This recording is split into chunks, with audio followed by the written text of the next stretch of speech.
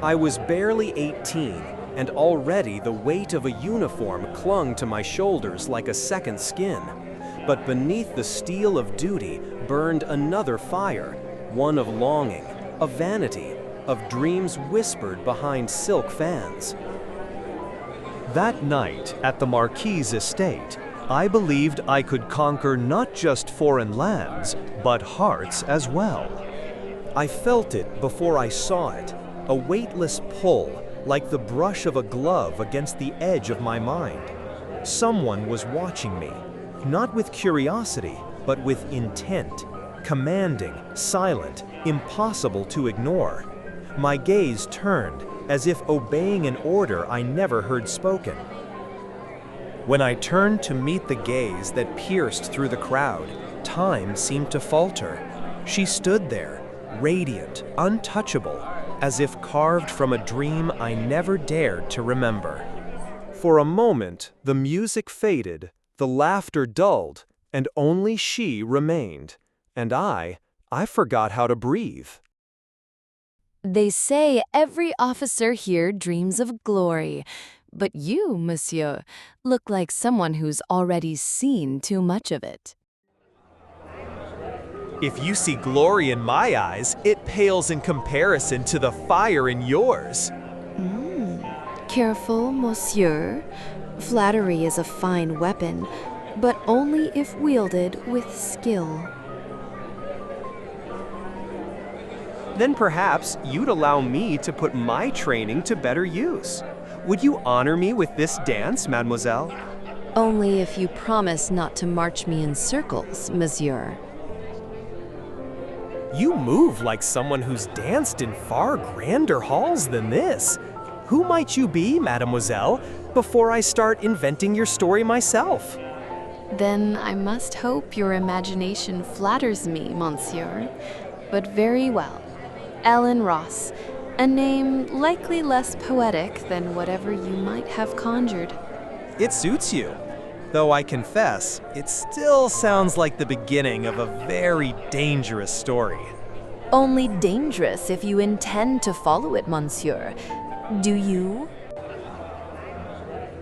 I am already following it, mademoiselle, with every step we take. Careful, monsieur. Words like that can lead to things far more thrilling than a waltz. Shall we slip away for something less formal? You're not like the others, Jean-Claude. There's something in your gaze, a fire, or perhaps something darker. Would you let me steal just a moment more from this night? And if I say yes, would you promise not to vanish like a dream in the morning? No promises, mon cher, but dreams are sweetest before they fade.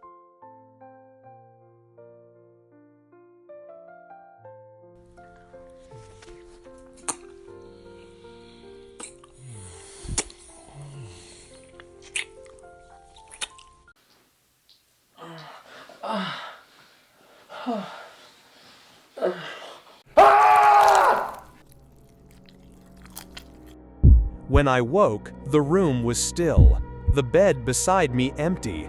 Everything around me felt real, and yet too dim, too far away, like a dream I had already begun to forget.